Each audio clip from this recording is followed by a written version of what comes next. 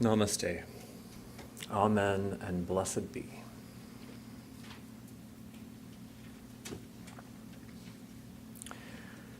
As Mickey mentioned earlier, our worship theme for the month of December is God. And we've had a whole lot of stuff going on this month with Christmas and a multi-generational presentation of How the Grinch Stole Christmas, a celebration of John Muir, and I think a visit by Mark Twain. You might have forgotten about the theme of this month. But here we are at last talking about God for Unitarian Universalists. This sermon is really intended as a bookend to the sermon that I delivered at the beginning of the month called Atheism for Unitarian Universalists. If you're an atheist yourself, or if you're curious about why atheists participate in religious community, I encourage you to take a listen to that sermon on our website.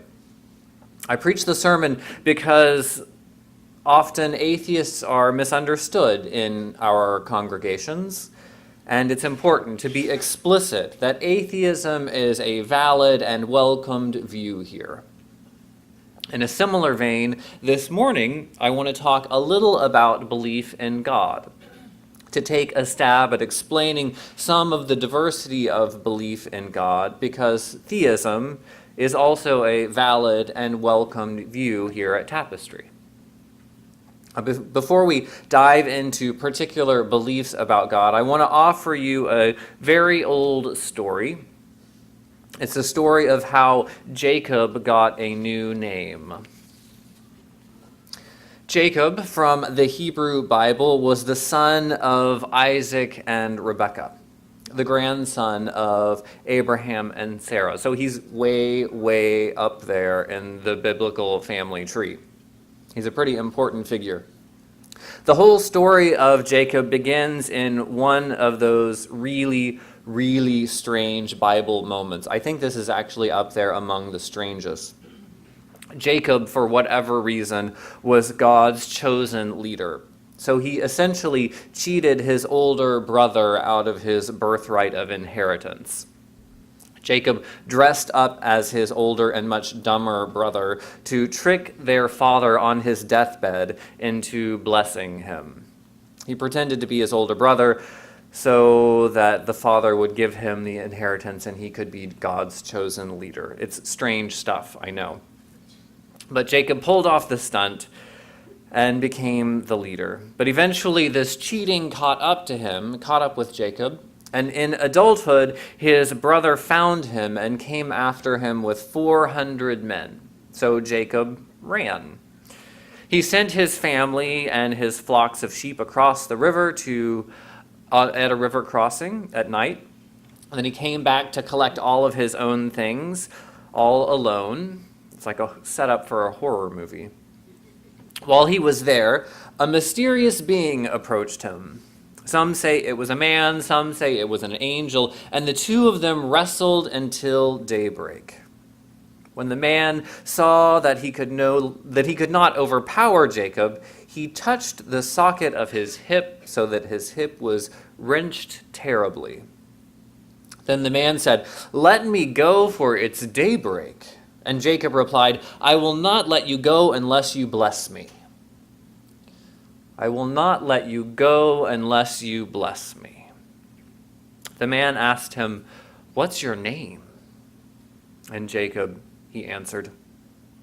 Then the man said, "Your name will no longer be Jacob, but Israel, because you've struggled with God and with men and have overcome." Now, that story is used very often as a personal struggle with faith. It's quite literally, if you read it that way, the story of the moment of wrestling with the divine. It's a hard fight. Jacob walks for the rest of his life with a limp from where he was injured at his hip. But Jacob struggled with divinity, and he refused to let go of that struggle until he got a blessing out of it. Jacob wasn't the only person to wrestle with God in the Bible. Pretty much all of the significant figures in the Bible have their major moments of doubt, In fact, nearly all of the prophets first say, "No way." It took getting swallowed by a whale for Jonah to accept his mission in life. The first time God came knocking on his door, he set off on a ship to sail away to a distant land to escape. And then Sarah, the wife of Abraham, literally laughs at God when he tells her she's going to have a child. Even Moses, like the quintessential leader, was terrified at the burning bush. He said, "No way, not me. You must have a mistake. I can't lead people." Until God finally says, "Okay, you can use your brother for help. He's a much better public speaker anyway." And then, of course, there's Thomas, the sort of quintessential doubter. The Bible is full of these incredible stories of burning bushes and whale attacks and wrestling angels. And they're pretty fantastic stories that don't make sense in our lives. But each one of our lives has adventures too. Some of the scenarios are incredible. In fact, you'd be hard-pressed to explain to other people that they, in fact, happened, that you aren't making them up. And in the midst of those adventures, often our perspective changes. Our belief about the world changes. Our beliefs about God change. That's certainly been my experience. Pretty much all of the beliefs that we're talking about today are things that I've personally embraced at one time or another. But that's what life does. If we really hold on for a good wrestle, it changes us. It changes our perspective. I suggested a few weeks ago when I talked about atheism that belief in God means many, many different things for us. So today I want to talk about just a few of the ways that I've heard Unitarian Universalists talk about their own beliefs in God. This is just the tip of the iceberg, but hopefully it'll be a window into some of the nuances of Unitarian theism. One of the ones that comes first to mind is process theology. It's something that most Unitarian Universalists don't know by name because they haven't read about it, but it's something that they describe to me in their conversations. The basic idea is that the world continues in this process of creation, and more goodness is made possible. The process theologians talk about harmony and diversity being the good or the end goal of creation. So as we get more and more harmony and diversity created in the universe, we get more and more potential for evil created as well. At each and every moment, God is present in creation by offering an option for improvement. Now, of course, we human beings, having free will, sometimes, let's be honest, okay, a lot of the time, we choose to go a different way than the opportunity for improvement that is in that moment. But the truly beautiful thing about this model is that the very next moment, God appears again, offering another opportunity to choose good or to turn away from it. Every moment in our lives, God is there, offering more harmony and diversity, offering more goodness, if we're able to reach out and accept it. It's pretty easy to think about in terms of human development. As we grow in knowledge, technology empowers us to impart tremendous good on our world. At the same time, that technology contains within it tremendous potential for evil. Much of it we see in environmental degradation or weapons production. So as there's more good, there's more potential for bad. It's like a physics equation. For you physics geeks out there, it's like potential energy. As something is raised in the air, its potential energy increases. As the amount of good increases in the universe, so does the potential for evil. It's all a balancing act, this good and evil business. Now, process theology is appealing to a lot of people because it's hopeful. God is always there in the next moment, around the corner, offering a new chance. But for a lot of people, it's just not satisfying. Process theology is a wonderful idea about God, and it's a lot of fun to read about, but it doesn't describe a God that you can really relate to. So some Unitarians, including myself, hold ideas about God that are more personal. Now, I come to this description more by way of religious practice than intellectual exercise. I usually, as a practice, have silent meditation to sort of quiet my mind, but from time to time, I find myself praying. Sometimes it's deeply satisfying to have a conversation with God. It feels good to express myself in my language to the universe.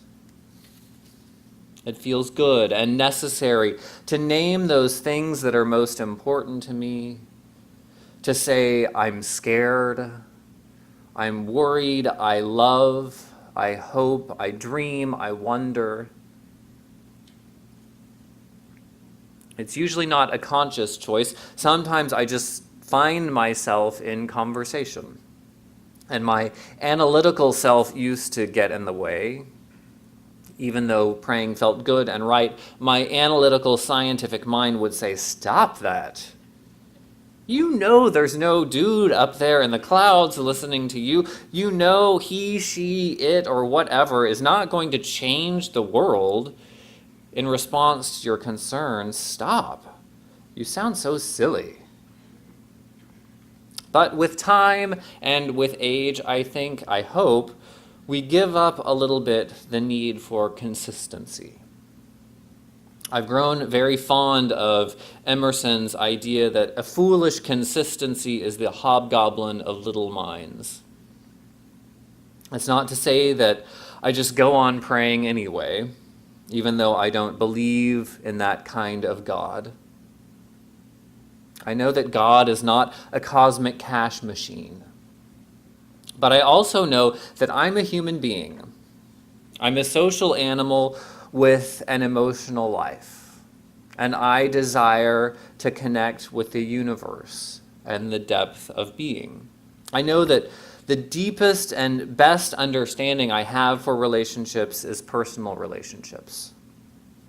So from time to time, I turn to God for a conversation partner, an advisor, a friend, a comforter. Because there's a mystery that I want to relate to.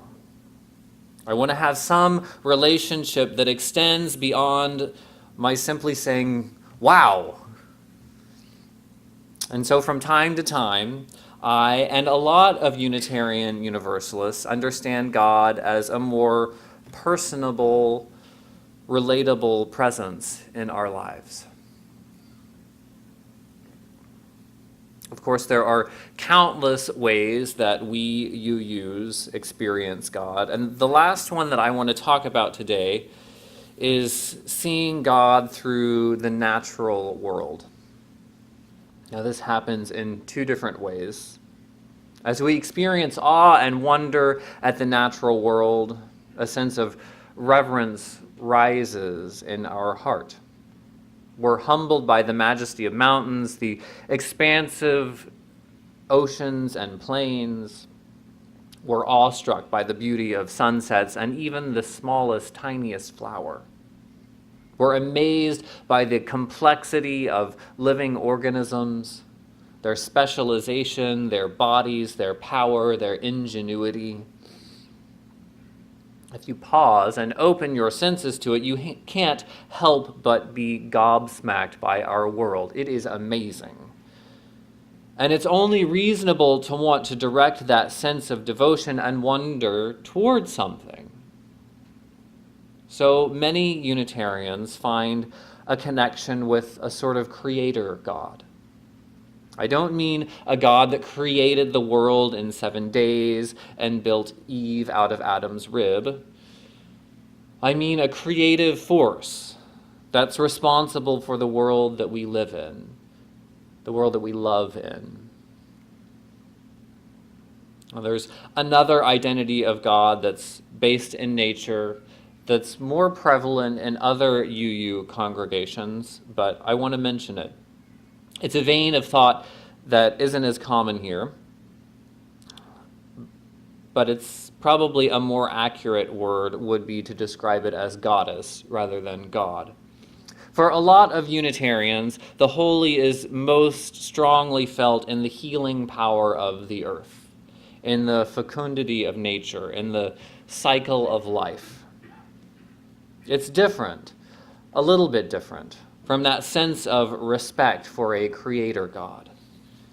It's a sense of gratitude and love for an ongoing magic that enlivens the natural world and sustains us, that gives us birth and welcomes us back after we die.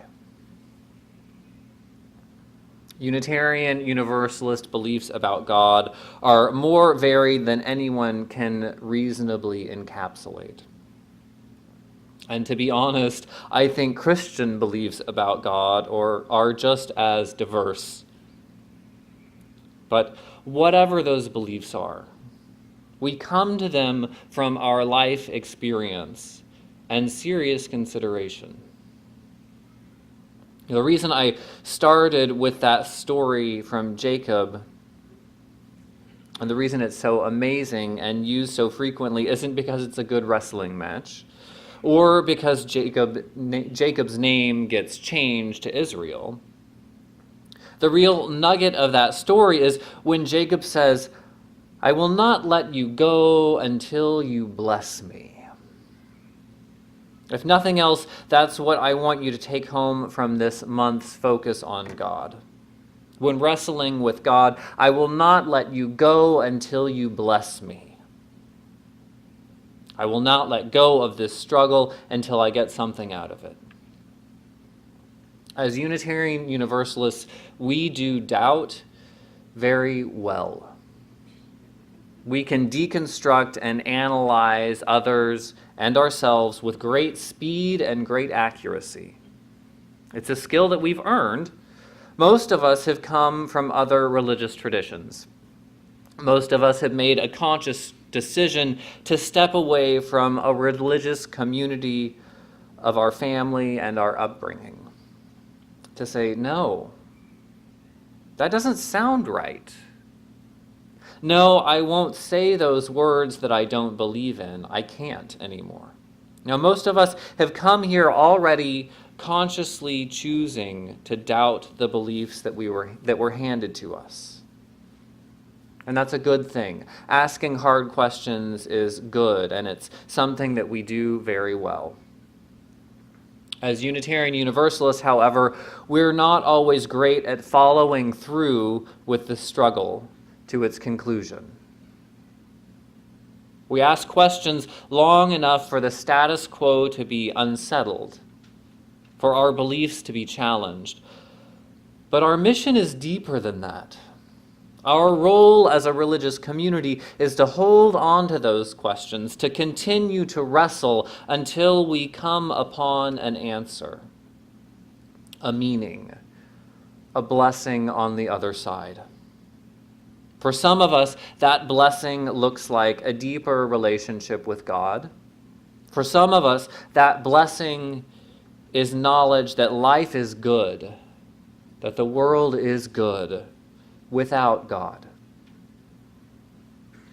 But the blessing of knowing comes only with sincere struggle that probably takes longer and touches us more deeply than we ever expected or wanted.